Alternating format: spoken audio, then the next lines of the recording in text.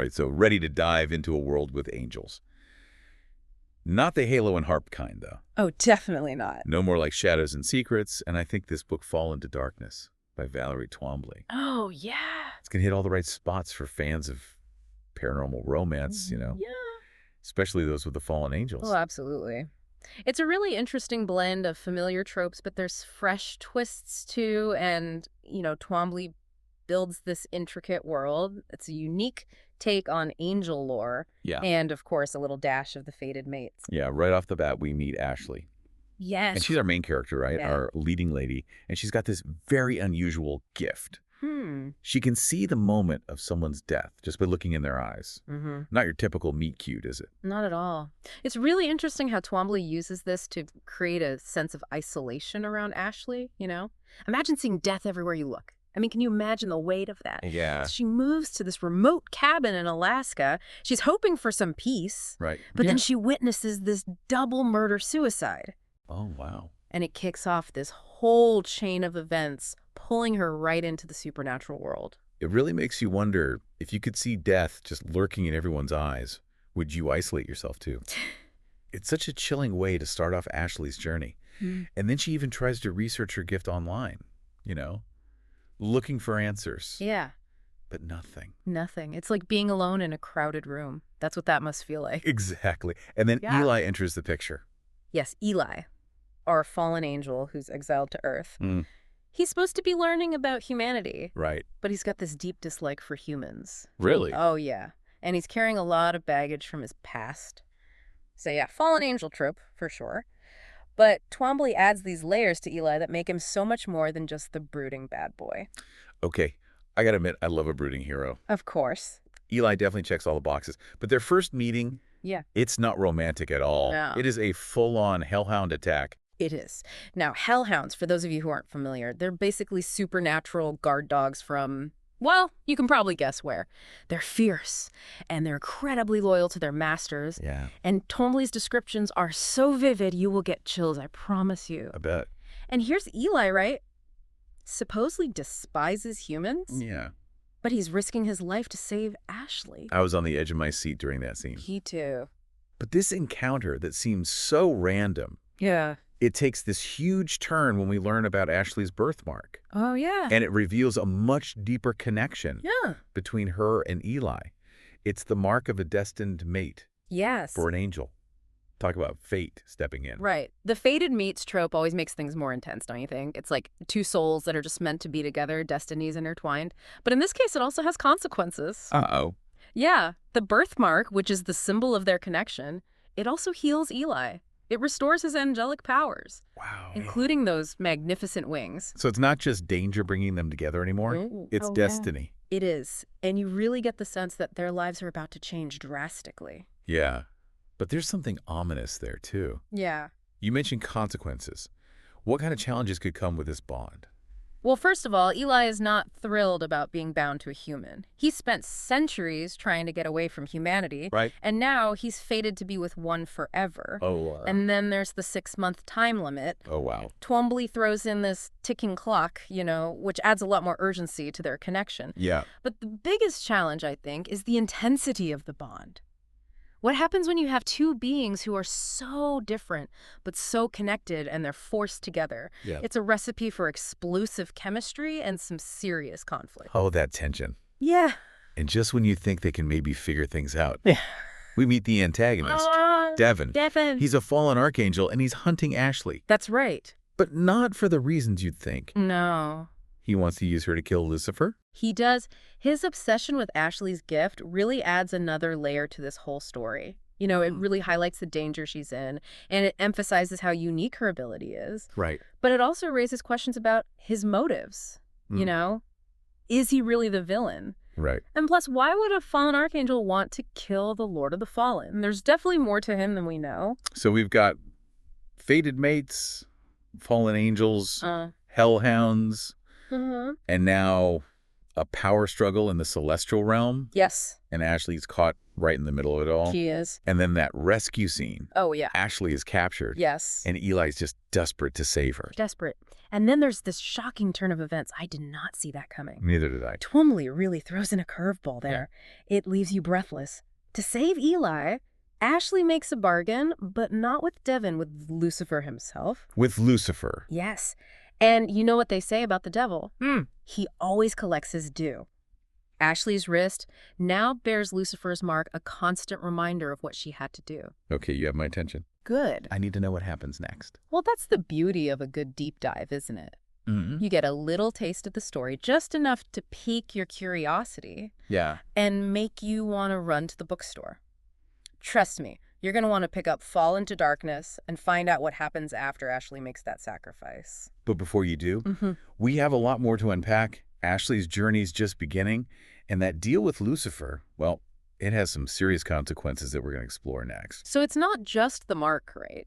You know, it actually changes Ashley on a fundamental level. Oh. Yeah, remember, she could already see death, Right. but now she can actually cause it. So she's gone from seeing death to being some kind of angel of death. Yeah, that's a pretty big power upgrade. And not necessarily a good one. Does she even have control over it? That's the question, isn't it? And Twombly doesn't make it easy for us. Ashley's grappling with this immense power, and we see her struggling with what it all means, you know, the burden of taking a life. And on top of that, she's also dealing with being marked by the devil himself. Yeah. That's a lot to handle. It's like she's gone from one extreme to the other. First, she was isolated because she could see death, and now she's dangerous because she has power over it. Talk about a character arc. Yeah. But she's not completely alone in this new world, is she? Right. Twombly introduces some really compelling characters who become crucial to Ashley's journey, like Eva. Right, yeah. She's the last angel we know of to have bonded with a mate. And she becomes this guide for Ashley, someone who really gets the whole supernatural world and the challenges of the mating bond. I love characters who act as mentors, especially when they're strong women like Eva. She sounds like someone you definitely want on your side when you're dealing with celestial beings and you know the power of death. What about her mate, Seth? What's his deal? Well, Seth is a reaper, which means he walks between the realms of the living and the dead. Oh, wow. So he brings a lot of insight into both heaven and hell, especially when it comes to Lucifer's territory. Makes sense. And because he's bonded to an angel, he gets what Ashley and Eli are going through. So we've got Eva, Seth, and Ashley, each with their own experience of the supernatural world, and they're all connected to the angel realm in different ways. It feels like a really strong support system is forming. Yeah. But what about Ashley's dad, Tegan? He's not just a worried parent. He's Eli's commander in the angel realm. That's got to be complicated. It is. It's brilliant how Twombly does this. It creates this amazing conflict for Tegan. Right. On the one hand, he's got to uphold the laws of heaven, but on the other hand, he's a dad trying to protect his daughter who made a deal with the devil. Oh, man. And he genuinely cares for Eli, too, despite, him being fallen, which just adds another layer of tension to their relationship. It seems like loyalty is a big theme here. Yeah. You see it in Tegan's struggle and how protective Eli is of Ashley and in how committed Eva and Seth are to each other. But loyalty can be tested, can't it? Especially when you're dealing with these powerful forces. Absolutely. And speaking of powers beyond control, it turns out that Devon, our fallen archangel, he's not alone. Uh-oh. He's put together a team. And let's just say these aren't your average henchmen. What do you mean? We're talking about demons. The kind that make hellhounds look like puppies. Okay, that's terrifying. Demons, fallen archangels? What are they all planning? Let's just say it's ambitious. Devon wants to infiltrate heaven and overthrow Lucifer. No way. Yeah. And this isn't just some celestial power grab. It's a threat to humanity, too. Yeah. The stakes just got a whole lot higher. Yeah. And Ashley, with her new powers, she's right in the middle of this battle between good and evil. She is. So the personal becomes, celestial. But it sounds like there's more to this than just angels versus demons. You mentioned a twist. Oh, yeah? What is it? Just when you think you've got a handle on who's who and what they want. Yeah. Twombly throws in this huge revelation. The ruling council of angels, they've been compromised. What? There are demons among them, and they're not following divine justice anymore. They're doing Lucifer's will. So the beings that are supposed to uphold the laws of heaven are now working for the devil. That's messed up. Yeah. It sounds like Ashley and Eli can't trust anyone. You got it. And that's what's so great about Twombly's writing. She keeps you guessing. She's constantly shifting the power and forcing the characters to rely on their gut and on their bond. And remember, Eli's still fighting his own demons as a fallen angel. Right. So now he has to protect Ashley, who's a target, because of her powers and her connection to Lucifer. And their mating bond, the thing that brought them together, it's both their strength and their weakness. Exactly. The more they give in to what they feel, the stronger the bond gets, but the higher the stakes become too. And this all leads to the climax of the book, Ashley's mission to confront Lucifer himself. Confront Lucifer. And get Eli's soul back. Wow. That's a bold move. What makes her do that? Love. It's as simple as that. She's willing to face pure evil to save the man she loves. And Twombly doesn't hold back on the horrors of hell either. It's vivid, almost nightmarish. But it's Ashley's courage and her determination that shine through. She's scared, of course, but her love for Eli keeps her going. So she goes down to hell armed with her power as the angel of death and her love for Eli. It sounds like an epic showdown. It is. And Lucifer being Lucifer, he throws in another twist. He doesn't just want a death. He wants Ashley to choose who dies. That's cold. Even for the devil. Yeah. What a horrible decision to have to make. It is. Twombly's so good at creating these morally complex situations. Ashley has to face the weight of her power, the consequences of what she can do.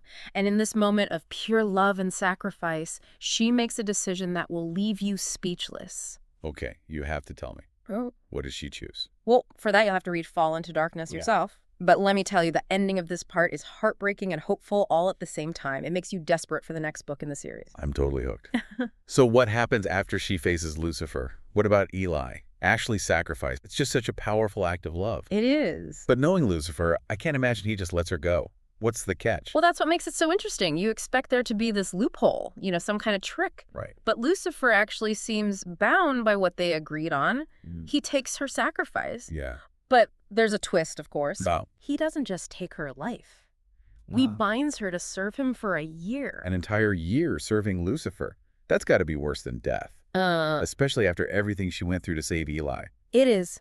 It's really strategic on Lucifer's part. He sees how powerful Ashley is as the angel of death. Right. And he's not going to waste that.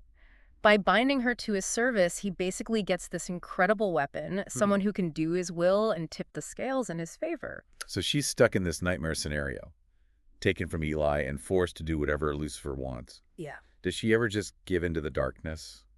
What's amazing is how resilient she is, even surrounded by evil, and constantly battling Lucifer's influence. Yeah. She never loses herself. Twombly really shows us her struggle, her pain, her fear, but also her determination to stay good. It's that inner strength that makes her such a great character. Even when she's tempted by darkness, she finds the will to resist, to hold on to the hope of seeing Eli again. And their bond is still there, Yeah. Even though they're apart. Eli can feel what she's going through.